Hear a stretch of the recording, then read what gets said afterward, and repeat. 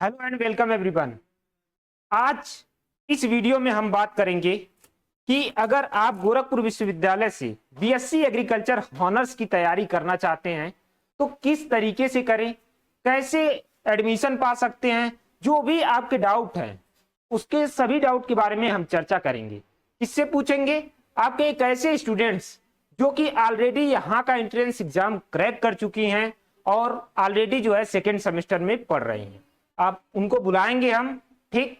तो उनसे एक एक चीजों के बारे में हम लोग पूछेंगे, जो भी आपके डाउट है, सिलेबस हो गया, एडमिशन प्रोसेस हो गया, स्ट्रेटजी हो गई, बुक्स कौन सी पढ़नी है, क्या ये सेल्फ फाइनेंस है, किस तरीके से कोर्स चलता है, क्या इन्वायरमेंट है, सभी चीजों के बारे में चर्चा करेंगे।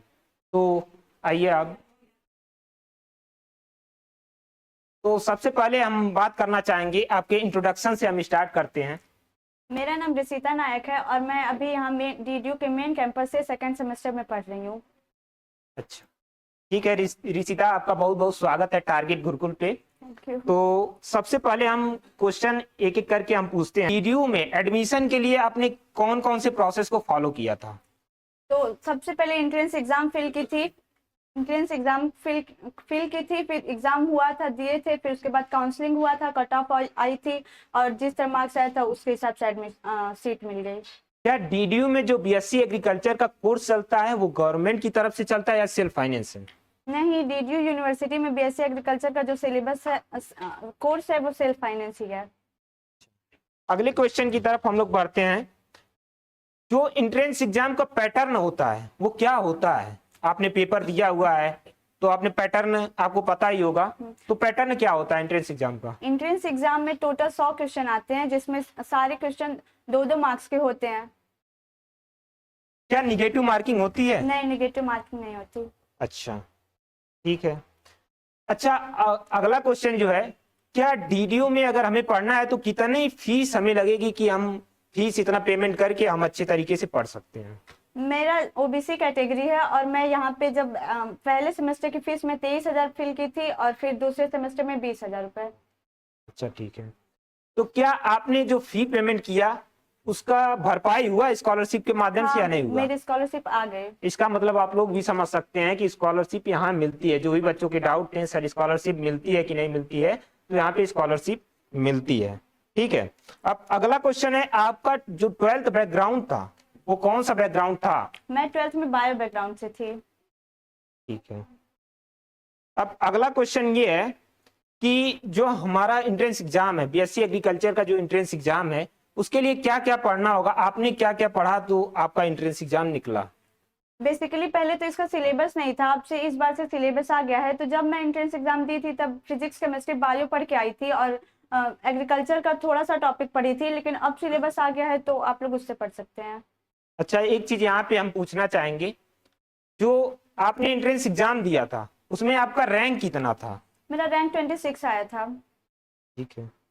अगला क्वेश्चन आपके सामने है, जो यहाँ का इन्वायरमेंट है, यहाँ के प्रोफेसर कैसे हैं, क्या प्रैक्टिकल होता है कि नहीं होता है, पढ़ाई होती है कि नहीं होती है, तो यहाँ के बारे में आप क्या कहना चाहेंगी? यहाँ के प्रोफेसर बहुत ही फ्रेंडली नेचर के हैं, वो हमेशा मदद करते हैं हर जगह। आप उनसे कभी भी मतलब जुड़ सकते हैं, ऑनलाइन भी।